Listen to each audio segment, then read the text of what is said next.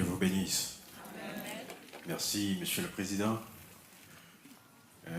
Merci au comité de l'Église qui ont donné l'autorisation, le feu vert au président et son conseil, président du ministère des Hommes et son conseil, pour faire choix de moi comme le porte-parole du Seigneur. Donc aujourd'hui, c'est toujours donc une grâce, c'est toujours une grande bénédiction de pouvoir parler pour Dieu.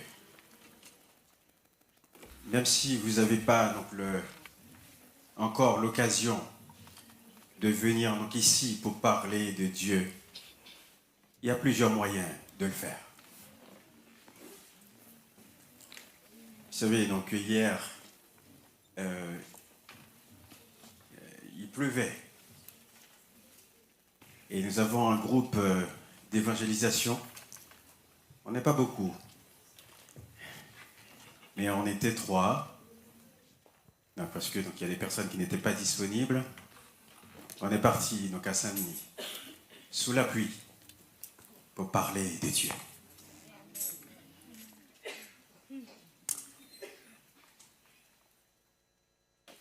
Donc, nous parlons de Dieu dans les trains, dans le métro, dans la rue.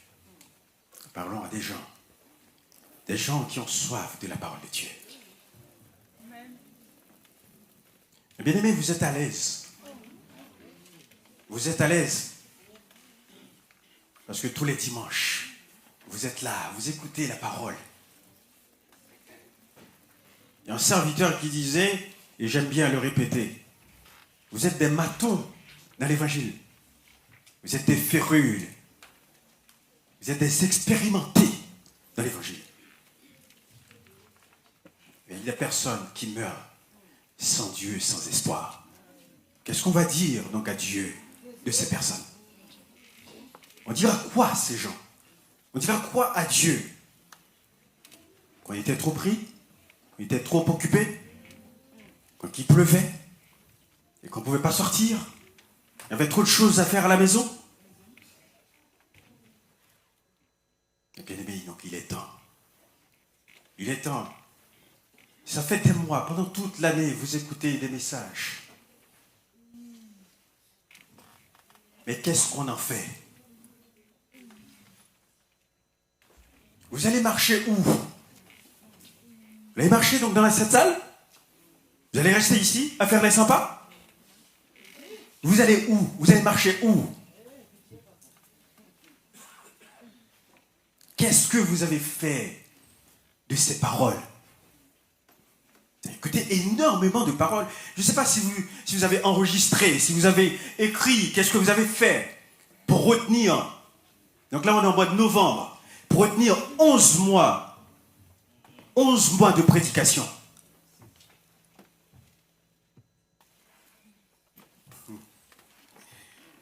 Mais bien aimé, je ne sais pas s'il y a des invités, puisque donc, pour les thèmes, vous les connaissez. Vous savez bien, depuis donc, le début de l'année, nous prêchons un thème principal, grandir ensemble en Christ, avec 3 sous-thèmes que vous connaissez bien. Est-ce que n'importe quelle personne peut me dire donc, le premier sous-thème, s'il vous plaît? Le premier sous-thème, n'importe quelle personne. Très bien. Il y a un groupe de personnes qui connaissent quand même, c'est très bien. Le deuxième sous-thème. Très bien. Et le troisième? Bien. Et le quatrième?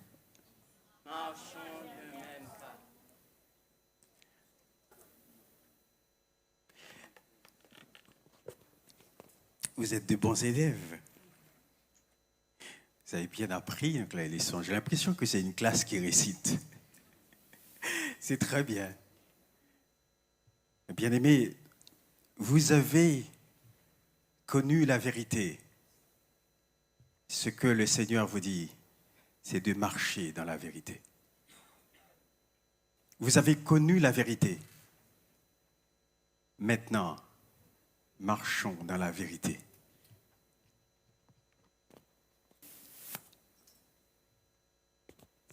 Au point où nous sommes parvenus, marchons d'un même pas.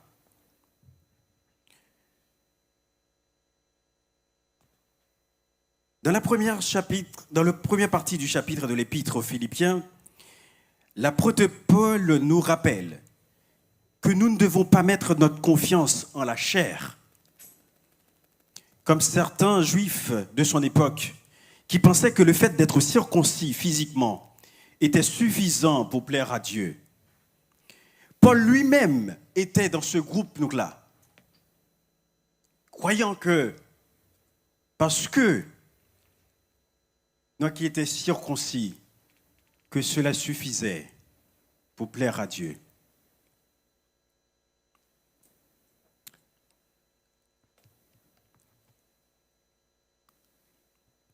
Il y en a aussi qui comptaient sur leur propre justice. Il y en a qui comptent sur la loi. Ils pensent se justifier par la loi, par les œuvres, pour plaire à Dieu.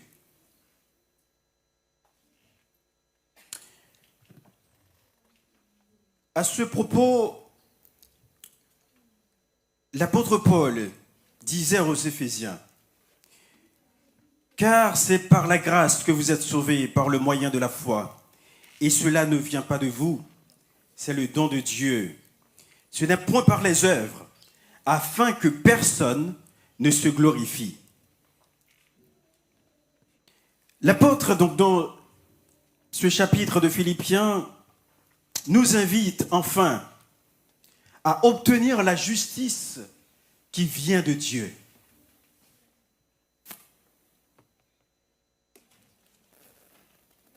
Ne comptez pas sur vos propres capacités. Ne comptez pas sur vos œuvres, sur ce que vous pouvez faire de bien vis-à-vis des autres. Il faut compter uniquement sur la justice de Dieu. Il n'y a que par ce moyen que vous pouvez être justifié et que vous pouvez avoir donc le salut en Jésus-Christ.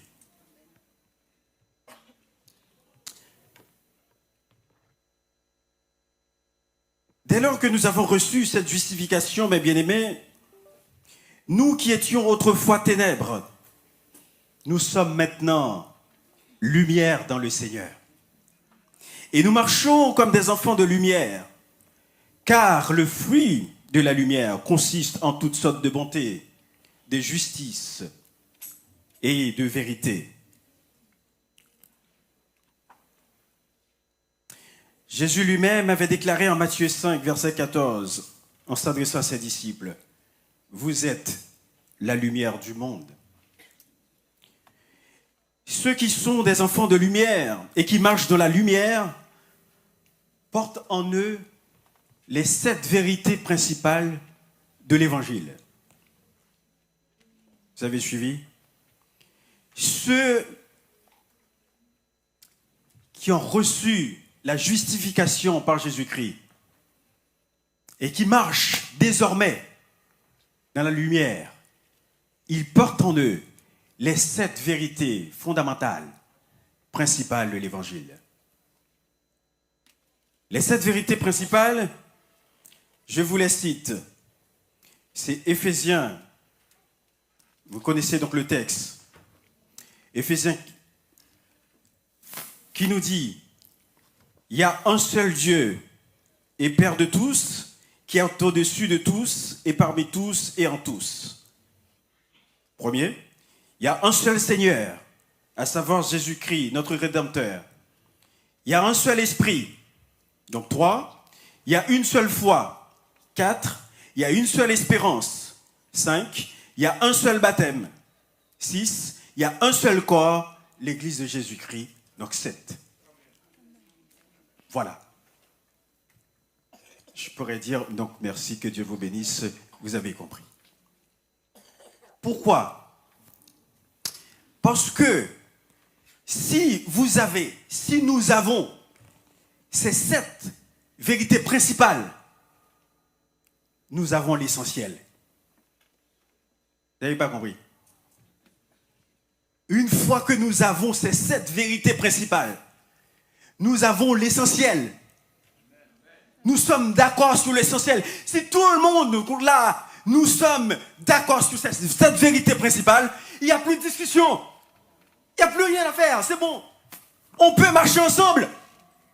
C'est les conditions. Une fois qu'on est d'accord sur ces 7 choses, on peut marcher ensemble. On peut même courir ensemble.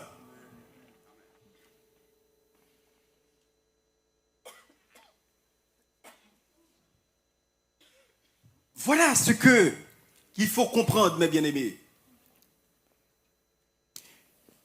C'est le prérequis, c'est la condition pour marcher ensemble. Si on n'est pas d'accord sur ces choses, sur ces 7 vérités, on ne peut pas marcher ensemble. Et posez-vous des questions, vous pouvez dire donc en vous-même, depuis que vous acceptez Christ et que vous êtes enrôlé dans le chemin du salut, est-ce que vous avez ces 7 vérités donc, en vous?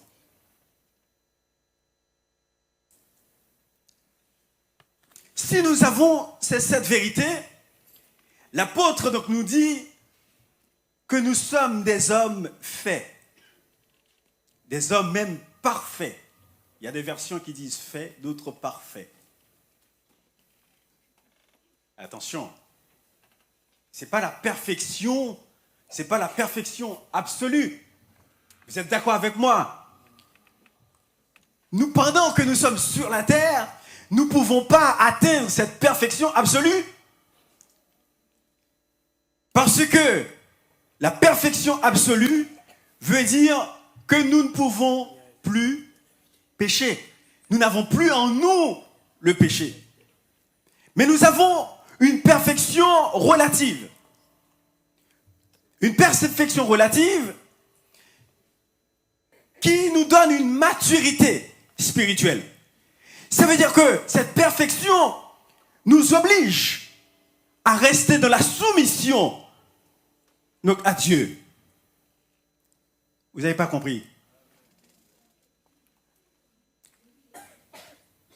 Si vous êtes soumis à Dieu, si vous êtes sous l'obéissance de Dieu, si vous êtes dirigé par le Saint-Esprit, vous avez la perfection. C'est ce que je vous dis. Et c'est ce que la parole de Dieu dit. Et vous faites des efforts continuels pour rester dans cette soumission donc à Dieu.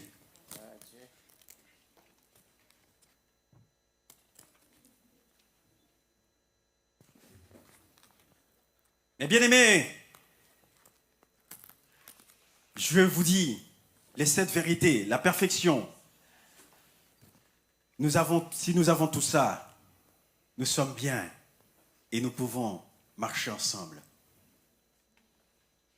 Mais malheureusement, ce tableau idéal, il y a quand même quelques tâches. Il y a quand même quelques tâches dans ce tableau. Parce que c'est ce que nous tous, on aimerait. Que ce soit ici, donc là-haut ou là-bas, donc où on parle de Dieu, sincèrement, ou un peu partout donc dans le monde. C'est ce qu'on aimerait, avoir ce tableau idéal. Et malheureusement, ou heureusement, ça dépend, il y a quelques tâches. Il y a quelques petites choses qui ne vont pas donc dans ce sens. Parce que dans le groupe qui marche ensemble, il y a des catégories. Il y a plusieurs catégories. Je vous ai présenté une... Merci, ma soeur. Je vous ai présenté une première catégorie.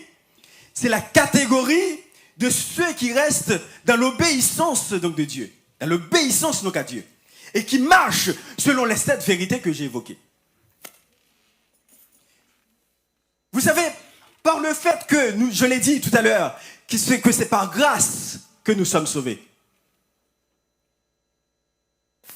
Mais il faut comprendre que parmi nous, il y a des personnes qui n'ont pas encore cette maturité, qui n'ont pas encore cette perfection relative.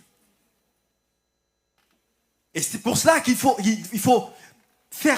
porter attention, il faut garder donc ces personnes qui sont avec nous, qui sont dans la course, qui marchent ensemble, mais qui n'ont pas encore cette perfection relative.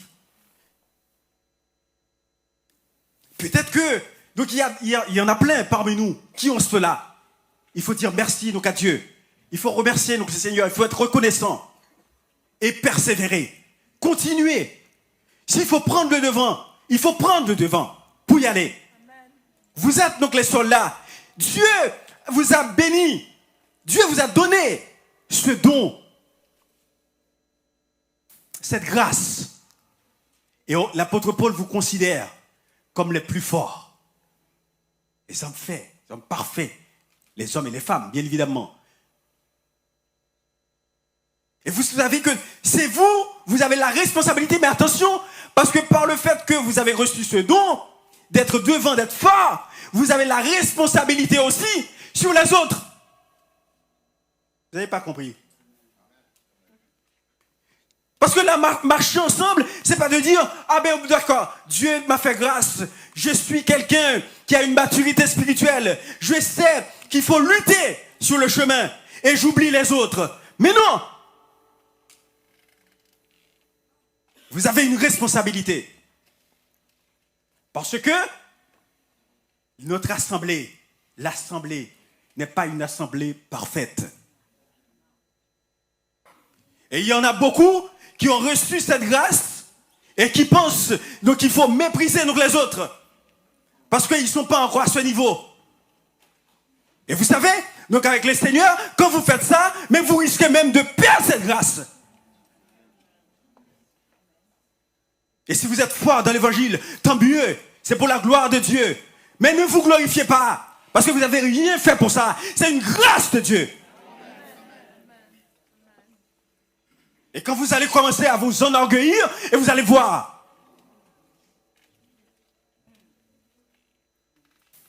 Et il y en a beaucoup, malheureusement, qui ont laissé donc l'évangile, qui sont partis, parce qu'ils pensaient qu'ils étaient quelque chose. Mais non, mais bien aimé, vous êtes rien, sauf lorsque vous restez dans la grâce de Dieu.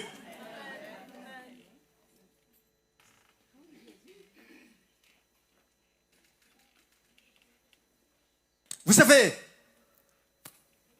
l'apôtre Paul s'en était rendu compte.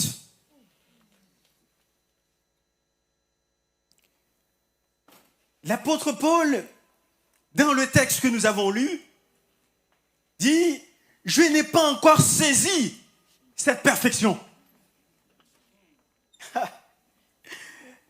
Je n'ai pas encore saisi cette perfection. Je fais des efforts pour l'atteindre, mais je ne l'ai pas encore saisi. On parle de qui là? L'apôtre Paul? L'apôtre Paul qui dit ça? L'apôtre Paul de qui on dit, acte 19, et Dieu faisait des miracles extraordinaires par la main de Paul, au point qu'on appliquait sur les malades des linges et des mouchoirs qui avaient touché son corps, et les malades les quittaient, les maladies les quittaient, et les esprits malins sortaient de ces personnes. Vous n'avez pas compris?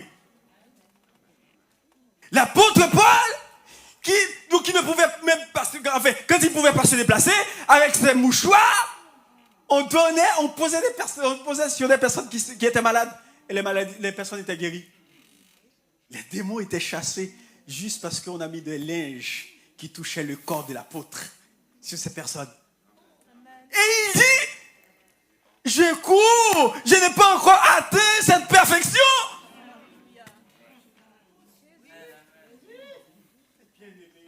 Mais bien aimé.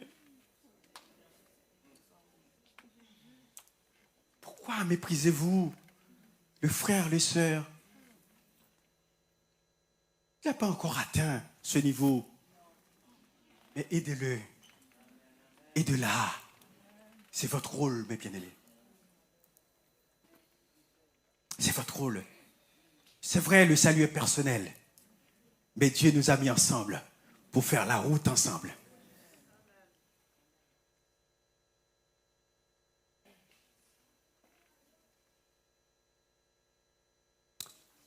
Mais bien aimé,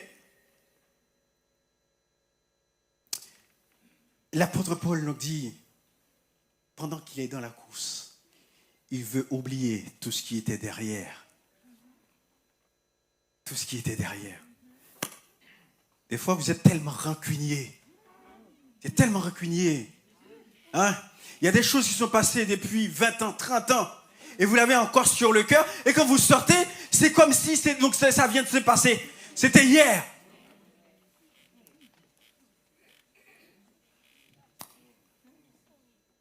Peut-être que vous qui êtes ici, vous avez des ennemis en Haïti. Mais attention. C'est parce que vous êtes en France qu'on oublie, hein, que Dieu oublie que vous avez des ennemis en Haïti. Il faut les appeler. Il faut les appeler. Et demander la réconciliation. Et je ne parle pas même d'ici. Parce que vous comprenez bien, si je vous dis donc en Haïti, il y a des personnes, vous êtes partis. Et vous êtes partis avec une inimitié, vous laissez un ennemi en Haïti. Et vous venez en France, vous faites l'évangile comme tout le monde, mais vous oubliez. Et si vous êtes retourné en Haïti, vous ne pouvez même pas saluer cette personne.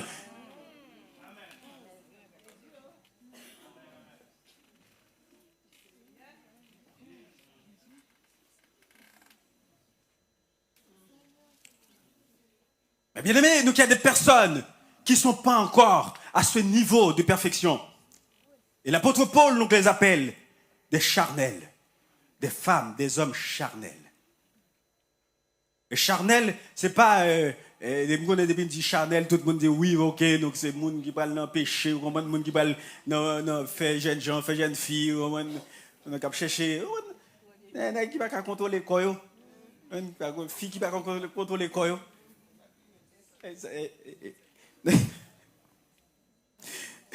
Effectivement, il y a ça aussi, bien évidemment.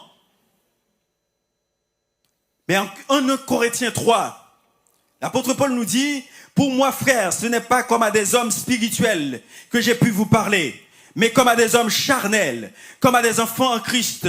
Je vous ai donné du lait, non de la nourriture solide, car vous ne pouviez pas la supporter. Et vous ne le pouvez pas même à présent, parce que vous êtes encore charnels. En effet, puisqu'il y a parmi vous de la jalousie et des disputes, n'êtes-vous pas charnels et ne marchez-vous pas selon l'homme? Ah, vous n'avez pas compris. Vous n'avez pas compris. Voilà ça. Voilà l'apôtre Paul dit là, non? Il dit, lorsqu'il y a de la jalousie et des disputes,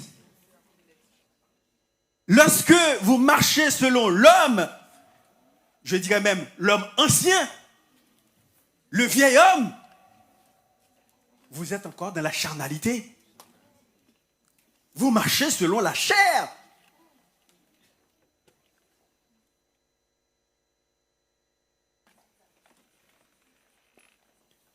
L'apôtre nous dit, voilà une parole digne de foi, c'est titre 3.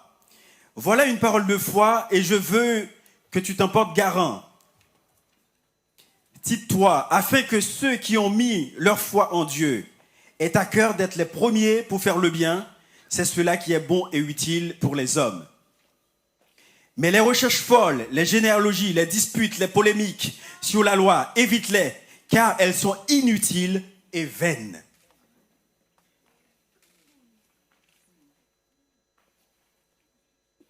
Il y a des personnes qui sont donc à l'église, qui cherchent toujours des disputes, toujours des...